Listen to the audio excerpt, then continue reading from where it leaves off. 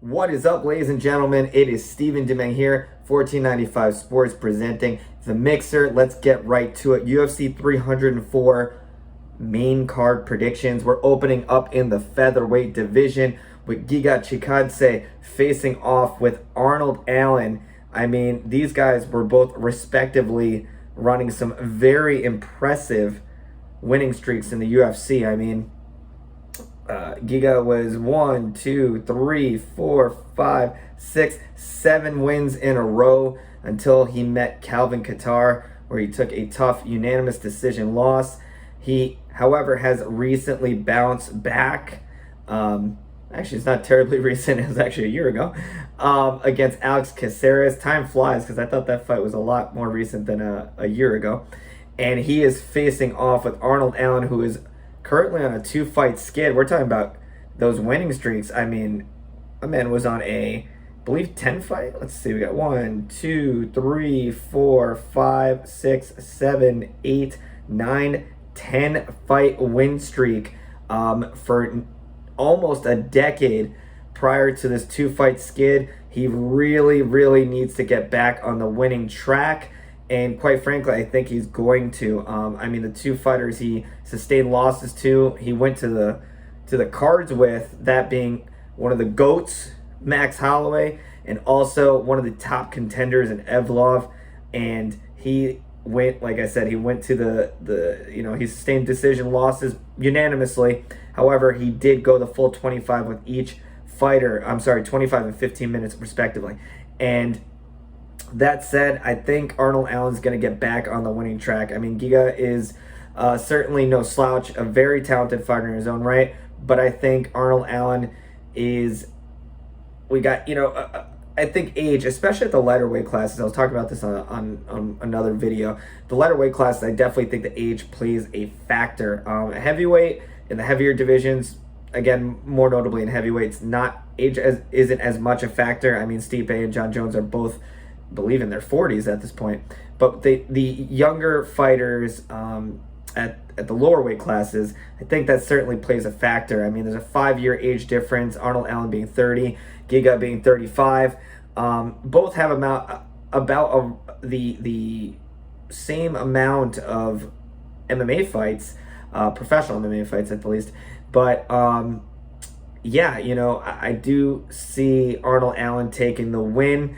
I don't see him stopping Giga. I mean, Giga has only lost, he's never been finished by knockout or TKO, which is incredibly impressive, especially in the UFC featherweight division, which is one of the most stacked divisions in, I feel, in MMA period.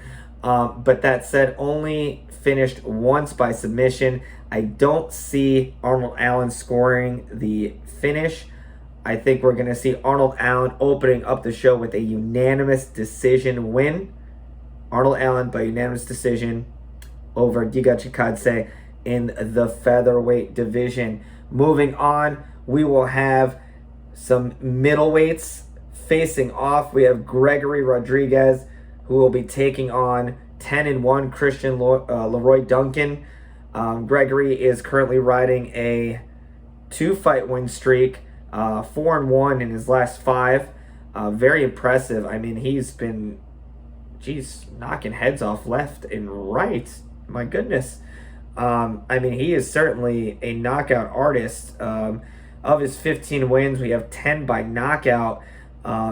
Most recently scoring knockout wins over Brad Tavares and Dennis T. Lulin. Hopefully I did not butcher that pronunciation. In his way is, like I said, 10-1 Christian Leroy Duncan, who is also riding a 2-fight win streak himself, also knocking out Dennis Tululin. Rough stuff for poor Dennis.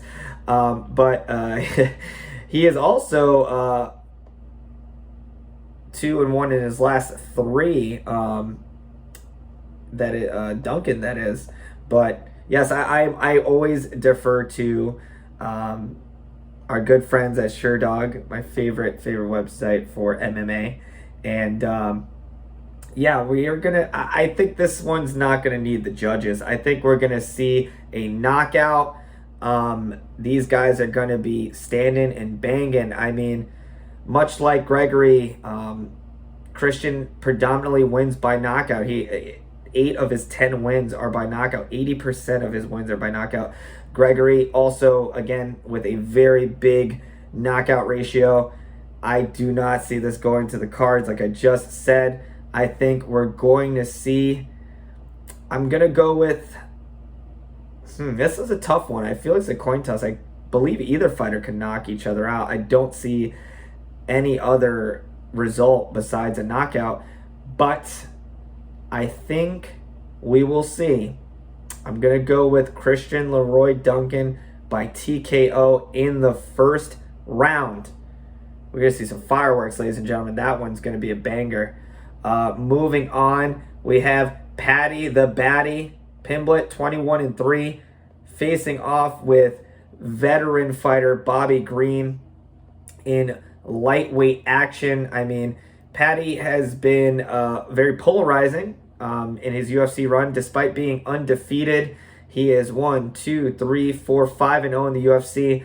A lot of people have debated the quality of his wins, and admittedly, I don't think he has looked exactly amazing across the board in all of his fights. But at the end of the day, he has scored the wins.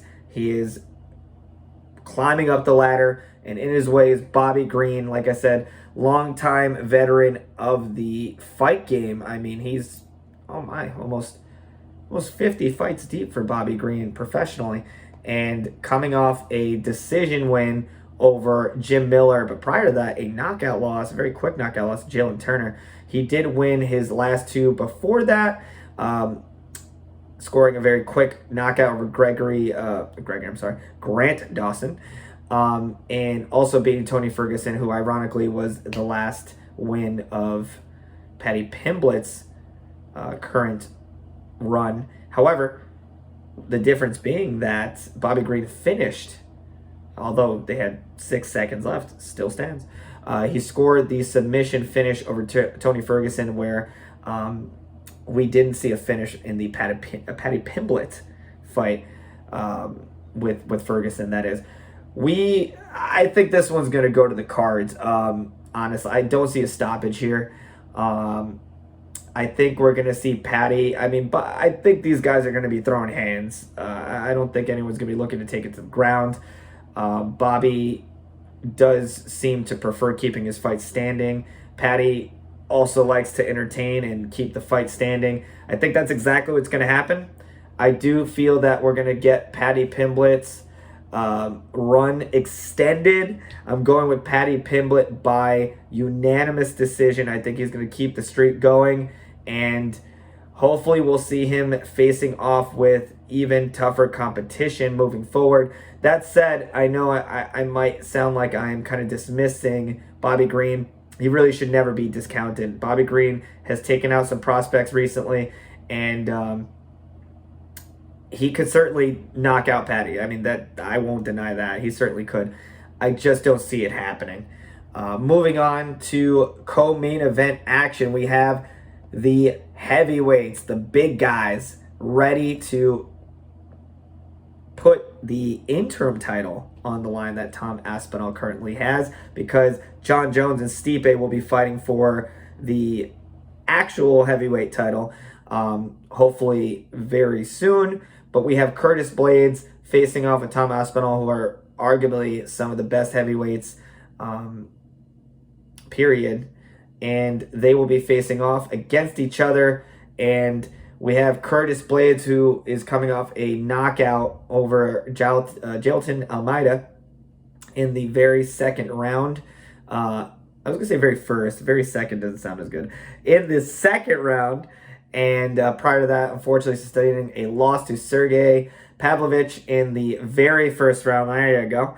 And prior to that, he also actually did technically defeat Tom Aspinall by knee injury. This is a rematch. Much like the main event, this will be a sequel. We'll have a rematch here. Although I really do hope this fight lasts longer than 15 seconds. The first time these two men faced off, very unfortunate circumstances for Tom Aspinall, and I don't think it's going to be that way. I don't see that happening at all, where a knee injury will be sustained. But that said, Tom Aspinall looking to avenge the loss, 14-3. Knocking out the man that knocked out Curtis Blades, which is a very interesting. MMA math has always been debated, but it is pretty telling that the guy that knocked out Curtis Blades was knocked out by Tom. So I'm not gonna lie, I think that may actually play a factor. I see this fight going one of two ways. Either we see a very wrestle heavy defensive fight from Curtis Blades, which I'm kind of leaning towards, honestly. But we could see, I mean, Tom Aspinall is very crafty. I mean, he has a great submission game, especially for what you see at heavyweight. He's great grappling, and he's got power. I mean, he's scored knockouts. I don't think very many people saw him knocking out Sergey at all. I mean, I think more people were more inclined to believe he would have scored a submission. This, I feel, is a tough one to call. Another coin toss for me. I think it's either Curtis Blades by unanimous decision, or we will have Tom Aspinall scoring the technical knockout in the second round. Should I flip a coin on this one? I don't know.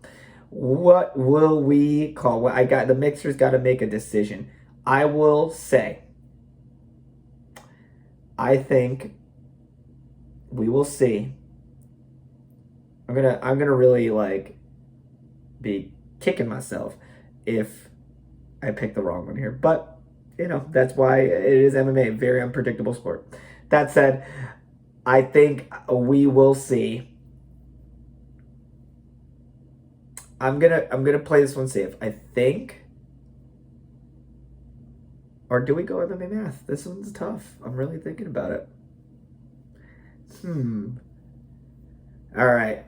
I'm going to go with what I really feel is actually going to happen. I think Curtis Blades is going to employ a very defensive fight. I think he's going to be able to take down and neutralize Tom like we've seen Curtis do before. And I think he'll be able to grind out the 5-round decision. So I'm going to go with Curtis Blades by unanimous decision and hashtag a new interim champion. Last but certainly not least, we have Remember the Name getting his much deserved rematch. Belal Muhammad, 23-3, facing off with Leon Edwards. Another, much like the Aspinall fight with Curtis in their first meeting. A very unfortunate circumstance for Belal, who sustained it went to a no contest, but an eye poke, a nasty eye poke, I might add, from Leon Edwards that it was very early in the fight, only into 18 seconds into the second round. And however, in that first 5 minutes, I gotta say, Leon was aggressive. I mean, he was piecing up, in my opinion, Belal on the feet. And I think that's what you're going to see a lot of here. I think it's pretty obvious that Belal is going to look to take this fight to the ground and try to get the submission. I think Leon will be able to. I mean, I think his takedown defense is